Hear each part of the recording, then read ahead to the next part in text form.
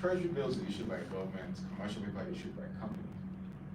What do you think is riskier? I don't know if anybody can answer. Which is riskier? Obviously, right? Because the government is issuing in naira, right? If worst comes to worst, they'll print money and they pay you back, right? But commercial papers are issued by companies, so that means that if they default, you're likely to lose your money, right? Now that makes their interest rates, commercial paper interest rates, higher than treasury bills, because the higher the risk, the higher the return, right? And also, so then we have fixed income. Now, depending on the tenor as well, because you have several tenors when it comes to fixed income. If you have a longer term, which is greater than a year, right, or greater than 2 or 5 years, you then start looking at bonds, right? If you're looking at corporate institutions raising monies for a longer term than 5 years, then you're calling them corporate bonds. If they're shorter, you call them commercial papers, or notes, or private notes, right? Now, if you were to be the government issuing a longer term, you call them federal government bond, right? Or in different kinds of countries, in the UK it's called gilts, in America it's called bonds, right? So that is typically what these instruments are. So you invest 75% in equities and fixed income 20%, and near cash. That's same with 35 years old, has its assets under management. So you see that the stock markets or investments in equities are reducing over time, right? And then you see here, you see that fixed income is increasing over time. For cash, you see that it is also increasing or prevalent over time, right? Now, equities should be highly weighted in stocks with capital growth upside. So she had mentioned that there are some that are for cash flow and there's some that have the potential to appreciate in value, right? So for young individuals, you're looking at the ones that are cheap, penny stocks, and then can offer you capital growth over time, right? At 30 to 35 years, looking at capital growth and deals available in the market. 55 years and above should be highly weighted in dividend yielding stocks as an older individual. All right, next slide, please. All right, so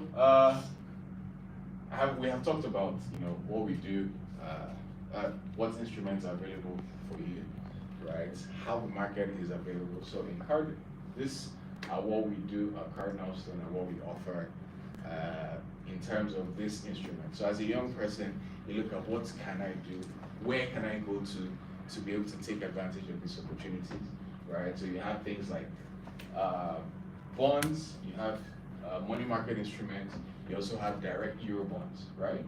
This is for foreign currency investments. Now, if you want to invest in a Euro bond, so I'll tell you what Euro bonds are. Same way I said federal government bonds are issued by Nigeria to raise money in Naira. Euro bond is issued by same federal government, but in a foreign currency so that they can attract foreign capital. I don't know if that makes sense, right? So, for example, Nigeria is issuing 50 billion Naira bond, right? Meaning that they want to raise 50 billion Naira from the Nigerian economy, right? Now, if they say, oh, they want to raise $2 billion bond, right? They want to issue a $2 billion Euro bond. It means that they're trying to raise $2 billion from within and outside Nigeria, right? So that people can come to invest and they can pay back over time with the coupons. So you also understand that they are long-term investments. So if you're buying into a Euro bond today, you are going for the long term. And then the coupons are then paid semi-annually. So what that means is every half year, both for Euro bonds and for even the Nigerian bonds, the Naira denominated one, you're getting income on a half-yearly basis. All right. So in Cardinal Stone, we have brought this together to say these are the opportunities that we can give you to be able to invest in these opportunities. So we have a product called Euro bond investment notes. This opportunity helps you invest in Euro bonds, but not directly, but with a minimum investment of $20,000. If you see here, you see that direct Euro bond is about $200,000. But Cardinals were able to help you get access to this Euro bond market with a minimum amount of $20,000 at an interest rates, based on labor market rate. All right. Same thing with USD money market. This one is more short term, right? So you're going short term, investing for maybe 90 days, 180 days, 360 days. Able to take advantage of the markets in the foreign currency regime. Now, direct euro bonds, minimum amount $200,000, right? To invest, because when governments are issuing money, that is minimum. Even federal government bonds, actually, not invest in federal government bonds today. You need about 50 million naira, right, to invest in it. So, what Cardinal Stone has done for you is be able to bring all of these things down to be able to give you the opportunity to invest in. All right, next slide. So these are naira investments. All right, so we have things like fixed income notes, we have bonds, we have treasury bills, we have treasury bills there. So these are opportunities that are available for all that we can give you to get access to several opportunities that we talked about today. All right, next slide, please. And then we have the separately managed accounts. This is like creating a dedicated portfolio for yourself to be able to invest in the Nigerian capital market. And then you have that for USD as well. So we have mutual funds. Now this is dedicated, or it's created for the retail market. So in the sense that if you have your 100,000 naira, 200,000 naira, you can invest in this market, in the product, right, at a prevailing market rate. What you then see is that you see your income appreciating over time on a daily basis, right? And then over time you can then withdraw as at when you need funds, at any point in time you need. And the next is the fixed income alpha fund. Next slide, please. So Sorry. Yes. So let's do a bit of a differentiation so that it's clear. You have some instruments, like you had mentioned the bond, either the Naira bond or the Euro bond, we are talking about dollars. And you have the commercial paper, treasury bills, and all of that. The truth is that it is not everybody that has. For treasury bills, for example, if you want to invest today, you must have 50 million and 1,000. That 50 million and 1,000, right? To be able to invest in a treasury bill. That is a government instrument. Cardinal Stone has done it in a way that one person might not have 50 million. So we are going to open the opportunity where maybe 15 people, 20 people, 30 people can then put together that 50 million to be able to invest. So it means that if I have 1 million naira, she has 500, another person has 2 million, and we're all contributing like that. Cardinal Stone will then pull that money together to be able to help us invest, right? So those are products. But let's be realistic in this Nigeria of today, under Tinubu economy. I'm not so sure a lot of us have 50 million, or even the 5 million, or the 10 million, or the 1 million. So these mutual fund products were then created in a way that if I have, no jokes, if I have 10,000 naira, I can still invest, right? And I'm not doing, what's that new one that came out? CDEX. I'm not thinking of CDEX. I'm not thinking of MMM, right? With a 10,000 naira, I can create an investment account. Go back to the investment goal and strategy. So let me use myself as an example. I had a boss that, back in the days, I'm talking about 2008, that would say that when a salary comes, married with children, she calls it, in fact, she made me read a book. And then she calls that principle, pay yourself first. Company has paid you salary. She will now pay herself from that salary that they've paid her. So she would say, she's a Christian, she would say she would take out her tithes, and then after taking out her tithes, she would take another percentage as payment for herself. And then, let's say she takes out 20%, meaning she has 70%. Now that 70% that she has left, she will assign it to different things, clothing, feeding, blah, blah, blah. But you see that 20 that she paid herself, for example, she will put it in an investment. And she said back then, because she had the vision that her children will go to school and good, so that 20%, she will put 70% in dollars. That is, she will go and buy dollars and just be storing it in an investment account, and the remaining 10% she would put it in any small investment. For us, at the time she was talking to me, she had accumulated in dollars, I think she had accumulated over $700,000 as at the time she was talking to me. 2010. Imagine $700,000 in 2010, and today, what that money is. Honestly, and then she continued that. So when she told me that thing, I mean, I started work for a couple of years. In my mind, I'm like, what am I doing in my life? So me too, when I get my salary, I was calling out 5,000 naira. Now the story in it is, I put a direct debit on my bank account, my GT bank, and they just remove the 5,000 naira every month. This was 2010, and then 2016, I fell seriously ill. Like, when I say seriously, my Nigerian never happened to you. I was so ill that I couldn't work. My company had done everything, HMO, they've taken me from one hospital to the other, blah, blah, blah. And I remember one of those days, we needed to pay for something. And literally, we have spent so much money. For whatever it is, I just said, wait, I have one investment account with AXA Mansa. And in that account, I found the money to be able, I'm not saying it's for health or whatever, but I just found that money, and I was in dire need of money because we've spent so much. It was that money that I liquidated and we're able to use to do what we needed to do, and thank God God saved my life. But let's flip the script. I never set aside 5,000 naira every month. I didn't plan to invest, and that eventuality then happened. How would I be able to manage it? I remember my first trip, one of my first, in quotes, lavish trip. I planned it. When you are young, you see all these things on Instagram and whatever. I randomly one day I just saw a lady, and she's in Maldives. She's thinking, I'm like, I don't know how many people are Yoruba here. I said, in my mind, I will do this. And I started, honestly, it might sound funny, but I started setting aside money for it. I followed that girl's page to calculate how much did she say she spent on hotel, how much did she spend on feeding, how much did she spend on flights. And then when I saw it, I said, this money is plenty, or we can get it. And I started saving for it. The point is, there are tons of instruments that are low entry point, that won't break your bank.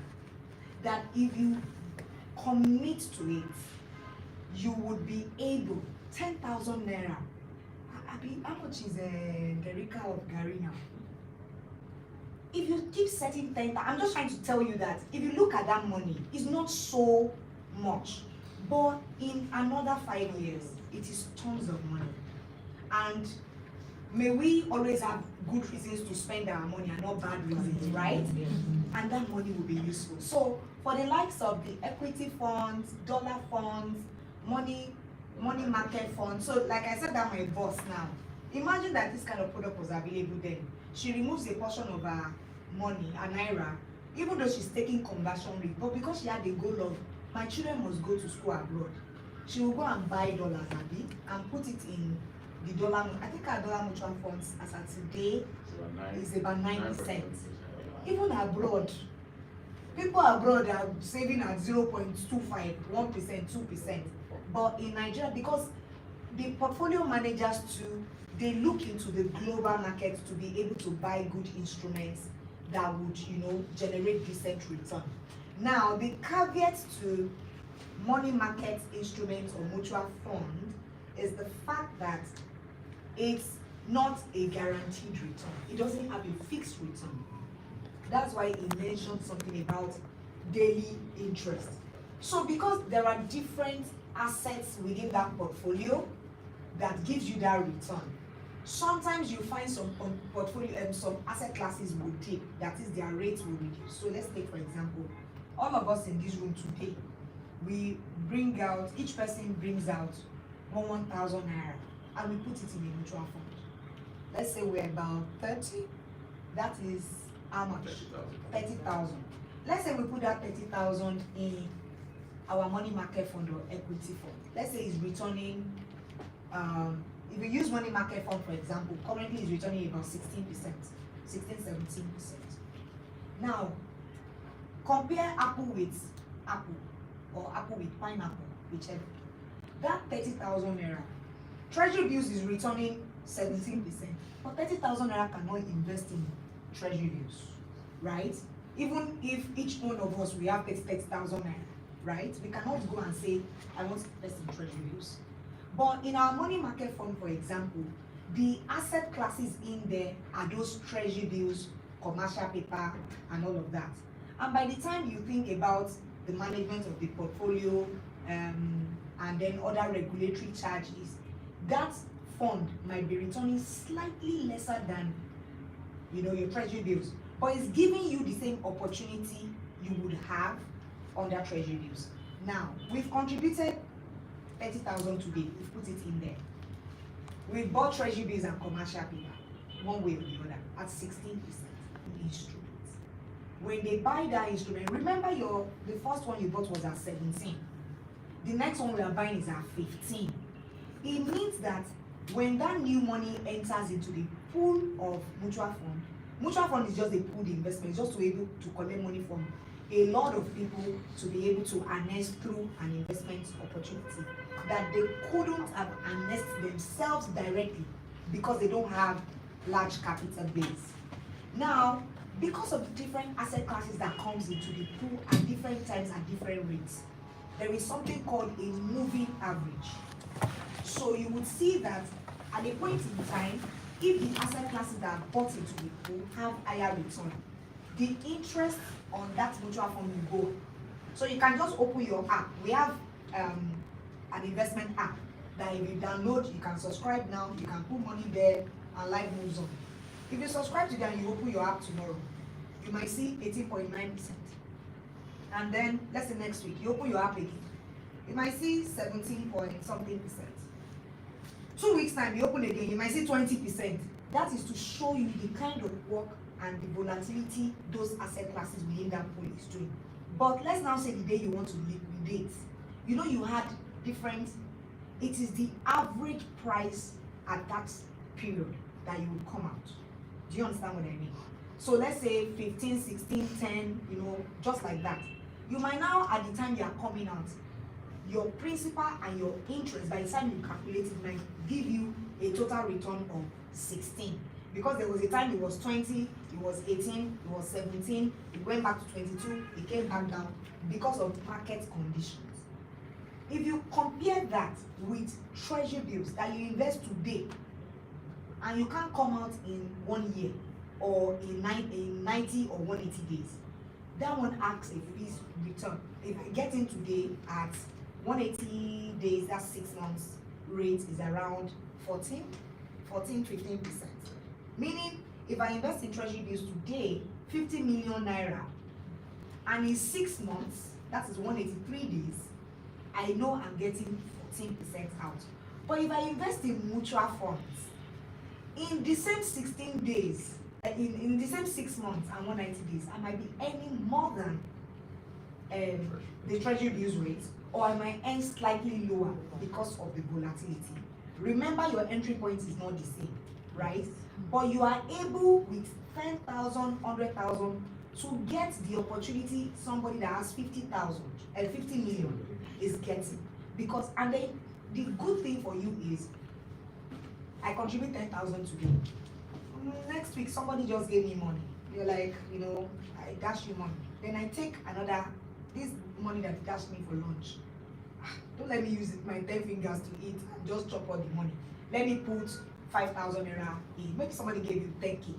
You put 5,000, or you even decide to dump the 10,000. I have one bad habit. At the end of the month, when I calculate what I need, any money that is left in my account, I sweep it into my mutual funds account. Why? It's money that is inside my account. Somebody will now smile at me and say, and I will give you money. But if I don't have it, I don't have it. Right? I'm not talking about cogent things, but I mean, the way frivolous things. I have this younger cousin who say, sis, sorry, I don't know how many by Yoruba. You will say enugbe, that is mouth dry. Meaning he wants to, like, I should just give him something, he's hungry. And I'm like, even me, saliva is dry. Because honestly, there is nothing in my bank account. But there are times that I know that you have actual need and I will give you money. But it's not at every time you jump on me to say, sis, I need money. I will give you money because I also want you to learn how to manage money. My point is, all these low entry products are things that we can easily close our eyes to put money. And this big English, Wale has mentioned about strategy, plan, objective, rebalancing. It's not that hard. Just be putting the money, all the English has been telling you, just be putting the money in something that you'll be shocked how these tiny monies actually accumulate over time. I used to use the example of, if you have a savings account, have you noticed savings account? Me, I noticed it. I'm very finicky about my money. You will have, let's say you have 100,000 in there. Then UBA will send me text and say interest on. They will now give me maybe like. They will give me maybe like, let's see who dash them. They will give me like 100 naira. Immediately, I will see account maintenance, card maintenance. The money will go. I'll be like, yo, what just happened here? Now, if you put that 100,000 naira in a mutual fund for 30 days, you would have earned, let's say the average rate is 15%. You would have earned 15% times 100,000 to do actual calculation. 15% times 100,000 divided by 12. So you'd have earned the 1 month of that, and nobody's collecting charge for you. So which one is really better off?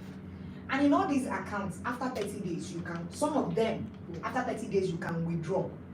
In fact, without any charge. In fact, you can be putting money, you know, a susu. Instead of doing a susu to that auntie Baseva that carries back over, do your susu into your account and it's earning money. I'm serious, as much as 1,000, you can be dumping in that account every day. So at the end of this whole English we are talking about is more about how do I it's habits. You have to form it. You have to sometimes deny yourself. How do I form the habit that every month after HR credits my account, I want to pay myself first? After maybe the Christian, pay God. If you have parents you want to pay them, because our parents have done so much for us, right?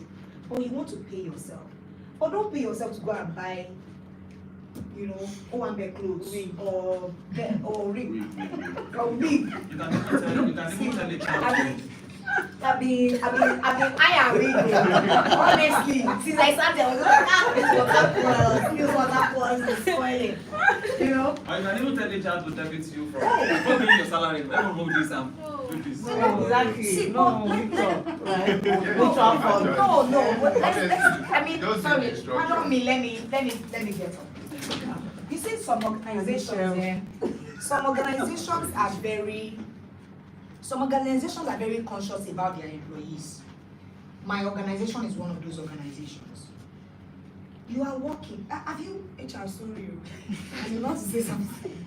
Have you thought about it that we literally spend 70% of our life at work? Oh, yes. No, do the calculation.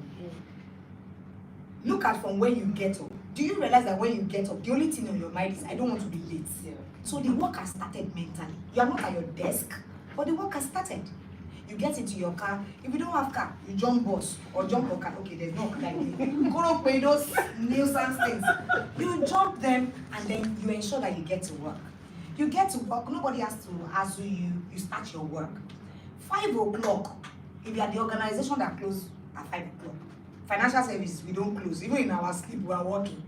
But 5 o'clock, you are going home. Supposedly, you are in the bus. You are not working for the organization, but you are still working, right? Because you are thinking, oh, the tax today, maybe there's something. When I was at the reception, somebody was making call beside me, and I was just hearing all the terms I'm not hearing it. Something, that auntie was saying something, Like maybe they want to do testing of something, testing this, testing that. In my mind, I'm like, even at the reception, right? You're not at your desk. My point is, we work so hard, mentally, physically, emotionally. Some people are passionate about their job. I'm one of those people. I love what I do. And you are constantly thinking about the work, right? Now, 70% of your life, you are using it for the organization, right? You are earning salary in return. But if you're not careful, I've seen people that after retirement, you know the way you see people working and they're these big girls, and then they retire, they can barely feed. Yes. I'm not kidding with you. I've done this for 18 years. This job, 18 full years. And I've seen it, and it's very disheartening, right? So some organizations, to help people like this auntie that said, no, don't remove my money, no. They will do it in a way that they call it voluntary contribution. Where, so that, because some of us do not have the discipline, right? I like bags. That's my own vanity. I like bags. I might not eat, but I'm confessing now, right? And I'm the one talking You about have somebody investment. behind you. That's okay. You like, I like this to you, shoes. my sister. You like shoes. Oh God, we are one and the same. I like bags. I like shoes. That's my own vanity, right? In fact, I consciously save for it every year. Say, deceiving myself on my birthday gift to myself. I will save for it. I'll go and buy it back. Now, some of us don't have that discipline to do this. So because of that, you can voluntarily tell HR. And the law allows it to say HR. And it can be a collective thing as an organization, where you will say, for more contribution, you talked about pensions. I've been working for 18 years. I'm not so sure the pension inside my account is up to 30 million. Let's be honest. So at the end of the day, if you retire, what will 30 million do? Really? Yeah? And they don't pay you once, so it's not like 30 million that they will pay you once and you can go and use it to set up business. They'll be paying you small. What can you really do? So you can collectively, or even as an individual, decide that you want to allow HR to deduct a percentage on your behalf and contribute it into an investment account. It is your money. Like I said, there are instruments or there are accounts that after 30 days, you can call for part of the funds, right? Maybe I need something, and you call for what is important. If you call me for Ashwebi, if I have the color in my house, I'll tell you, no verse. Yeah, I'm serious. It might sound awkward. It might sound like whatever. I know how much I earn. I earn well, but I don't want to waste it. 2019, dollars was 400. I remember one of my clients had 1 billion naira with me. And that man called me and said, I want to change my money to dollars. I'm like, what's wrong with this brother? How do you want to change your money to dollars? And he said something to me. He said, dollars will go up. I was in financial services, and we always look at the market. But he had studied the market so well, and he said something to me that he said, Femi, market is like FX market is cyclical. At every point in time, government changes hand. Dollar will go up, it will go down. I have children schooling abroad. I cannot take chances. So he collected his 1 billion. He went to change it to dollars, and look at it. Dollars was at not up to 400 then. 350. Thank you, 350. But I remember he even took a loss because he had a deal and the person wanted to sell above market. And for me, it was so annoying. Like, this man, you want to waste money. Dollar is 1,500 today. Imagine that man then that had kids in school was like me to say, what would have happened? But that 1 billion didn't fall from the sky. I know, because I was his account officer, I know how he painstakingly set that money aside every month. In fact, let's call him Mr. X. He had the habit of, when they pay them bonus and leave allowance, his HR pays his bonus and leave allowances to his investment account. There is an instruction. He will say, if the money gets into his account, that's when there will be need for it. So my point is, you can, to be deliberate about it, decide that I don't want to do the headache myself. HR, please help me. When, instead of paying my full salary, and it can be a collective thing. There is a company, they don't have what's it called, cooperatives and all the likes, but they, through the HR, they created a trust scheme with us, wherein every month HR deducts a portion of their salary and pays it into that trust scheme, right? Now within that trust scheme there is the global money, but there is also the sub account for each person. So if they deducted 5,000, 15,000, 30,000, when you open your app, you can actually see, you just see it as, let's say, ABC Limited Trust Scheme, right? And you will see your own money under it. And do you know that there was a time they laid off people? It was all these offshore people dredging and people on the sea and whatever. They laid off some people. I mean, the company was downsizing. There's nothing you can do. These things happen. And then some of them came to collect their money. One man came to our office to collect a draft. And when we gave him the draft, he said, yeah. And in my mind, I'm like, what just happened here? But I guess he never expected it was 40-something million. This is somebody working on a ship in the sea. You know, dredgers. That's what he does. And for him, 40-something million. When I gave him the, he was like, yeah. And I'm like, okay. But the company has been removing this money since. So they are even removing money that maybe at a point in time, they've done it over years, they have forgotten. And that money had accumulated, and they laid them off. Unfortunately, it happened. So my point is, please don't let us look at it from the perspective of, let me manage my money myself, HR pay me my money. If you know that you don't have that, pardon me to use the word, discipline to do it yourself, somebody else that has the discipline, you know, they are police officers, they have the discipline, they can help you police your money and put it in the right place. Thank you. Sorry, Wanda. Thank you.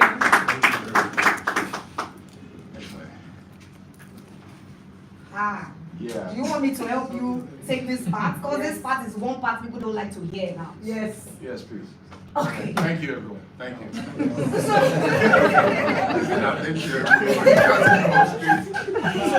I don't know at what point we're going to start the Q&A. Please, those of you online, please note all your questions. I know that Ms. Femi has answered so many questions. All right, so please just note your question. Paraventure, you have any question you want to ask, please just note them, because I know that our time is fast.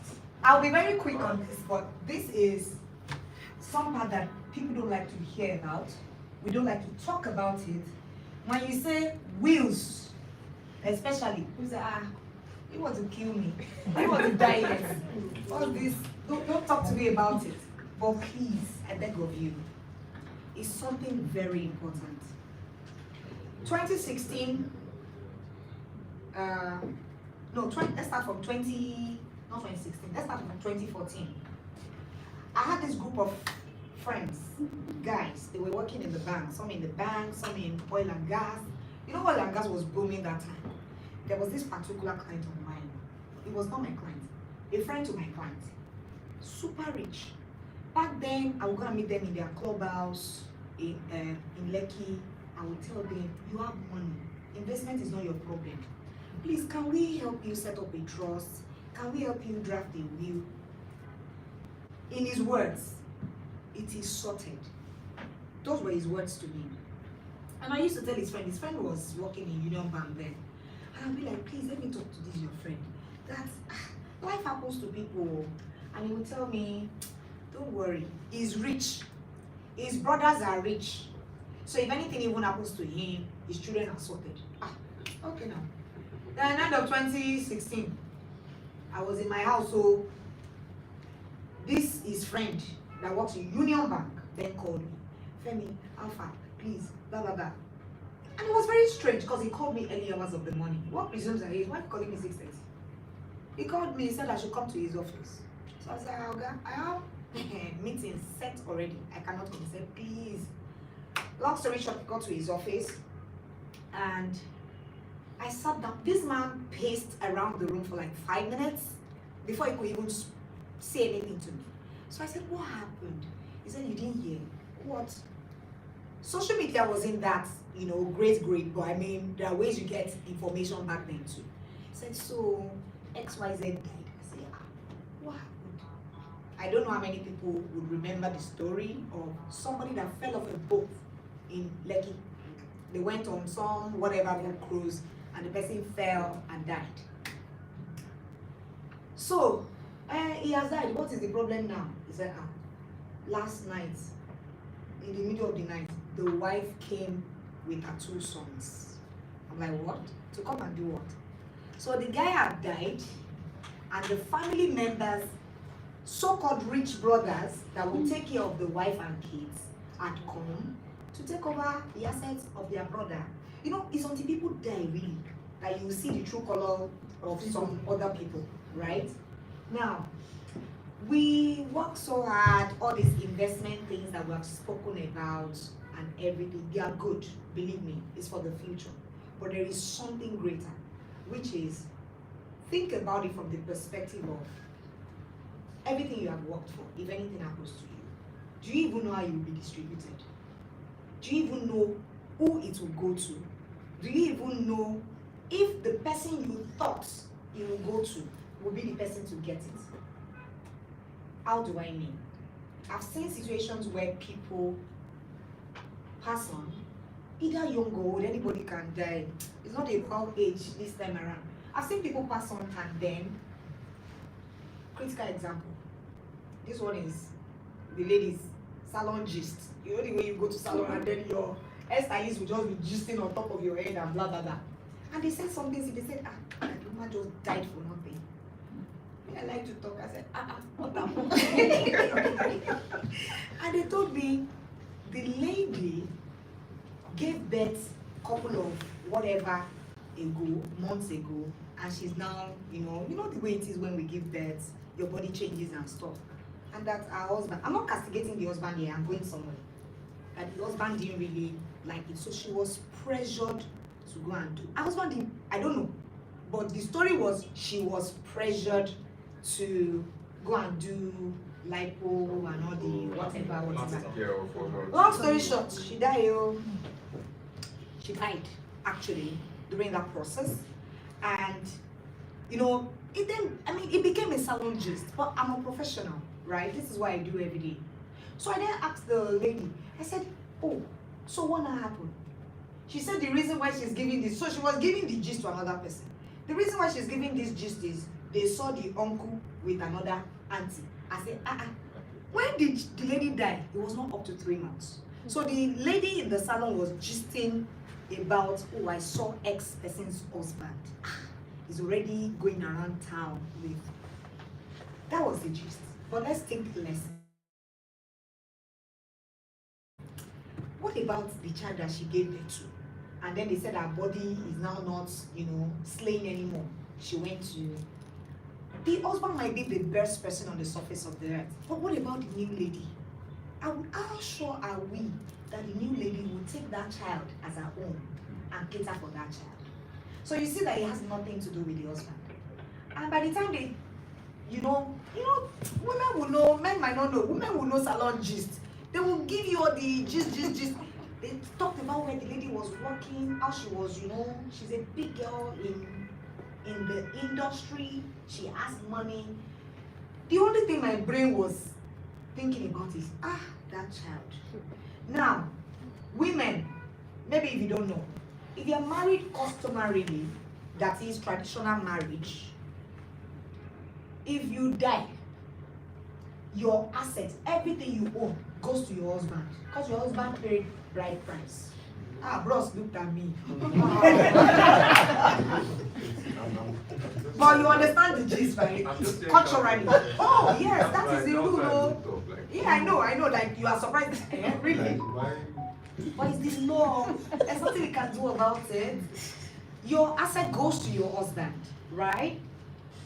If you marry under the act, that is, there's a caveat to that. So in some cultures, if you're married under customary law, the asset that you own while you are with your husband goes to your husband, right? The asset that you own from your father's house, like maybe your dad passed on and then they shared some asset to you, goes back, in some culture, goes back to your father's house, right? And is distributed to your brothers or to the family members or whatever. but there is a portion of your asset that goes to your husband. In fact, under the hierarchy of claims under law, I'm a financial planner, but I'm a lawyer, my profession. Under legal claims, if I pass on today, the first person that can go to probate court to go and get either grant of probate, letter of administration, which is the one piece of paper they give you to be able to take that person's property. The first person is my husband. After my husband, my children. After my children, my parents. After my parents, my siblings.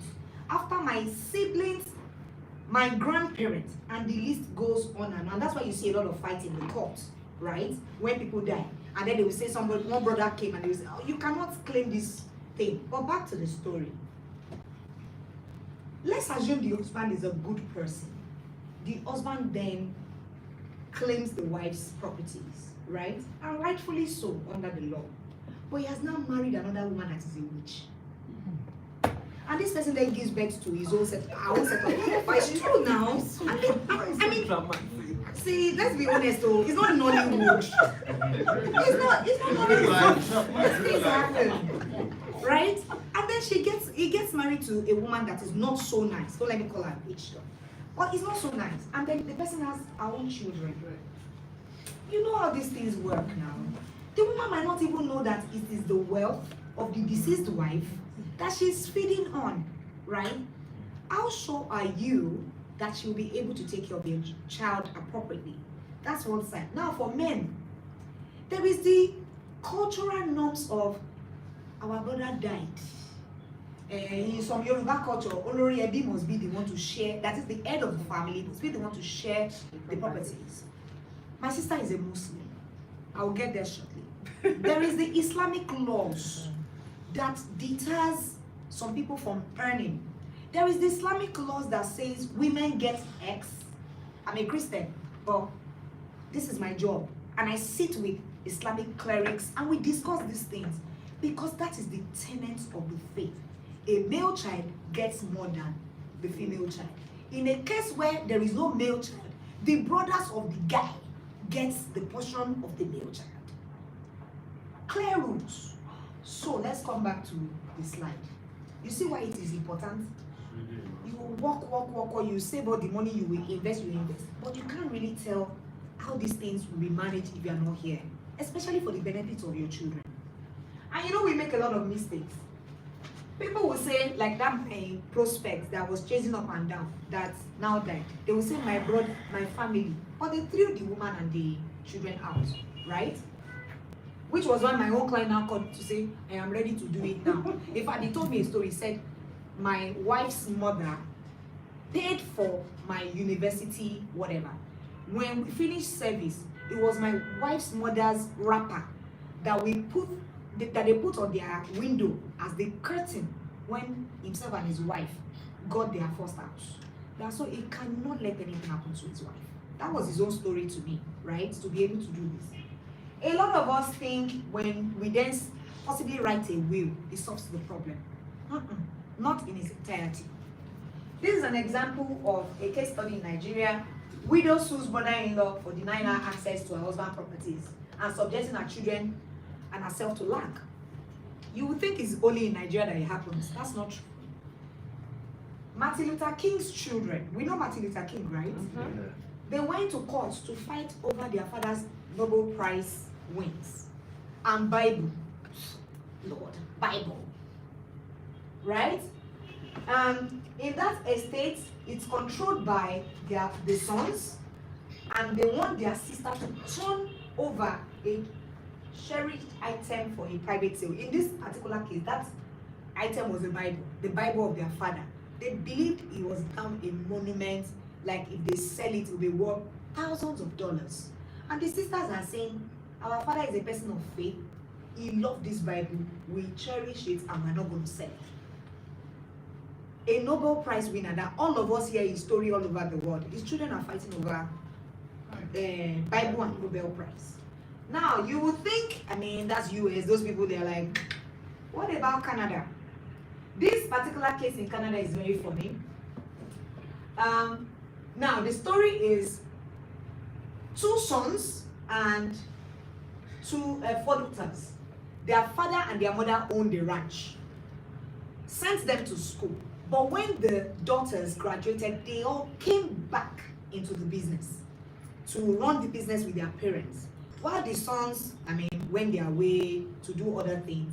Now, down the line, the parents died and left 93% of the family wealth, worth $9 million, to 2 sons, and gave 7% to 4 daughters that used their life to build the business. So the daughters took the sons to court. It's not possible. And the courts, because law is the law, those people are dead. They rewrote their will on their behalf and said those sons do not deserve it. And they reshared the asset. So you see that even when you draft a will, it doesn't really mean things will still go your way. Which is why, please, next slide. Let's leave all this in English. We can share the slides with you so that you can also digest it properly. Which is why Wale had talked about life cycle, but there are some things that as we grow older, even if you're 25, you grow now, that you need to consider. How can you ensure that your wealth endures through lifetime? How can you extend and transfer to the next generation? I'm not so sure that Dangote children now will be poor in the next generation or even 2 generations to come, right? But there are some people that even in their own generation, they are already poor before they left Earth. Still left with for their children, right? But how do you transfer it? How do I preserve it? How can I guard against unforeseen circumstances? Wale spoke about insurance. It's a fantastic. People in Nigeria do not believe in insurance, but insurance is a fantastic tool to use to buffer the effect of a loss. And then, how do I protect from spendthrift and unwise children? You know that you can make all the money, and one child will squander it for you, even during your lifetime. Last year, we went to say hello to a client. He has a trust. In that trust, he had told us that when the child gets to, is it 18 or 21, Wale? 18 years. Really super rich guy. That we should give as gifts, in as much as he has graduated, we should give out $1 million. Even me on the seat in my mind, I'm like, 18-year-old child, this is, but he has money. I'm being serious. This is real life. And then, that was way before. And then in December, we went to say hello, check on our clients. He just called me and said, Femi, sit. I said, look at her. The daughter was in the house. I said, look at her, look at her. The girl schools abroad. That since she came, she has been going from, what's that thing? Tell me now. Rape. Oble. That was what he said. Oble. That was what the man told me now. I'm giving you gist. That the girl has been doing oble. And he's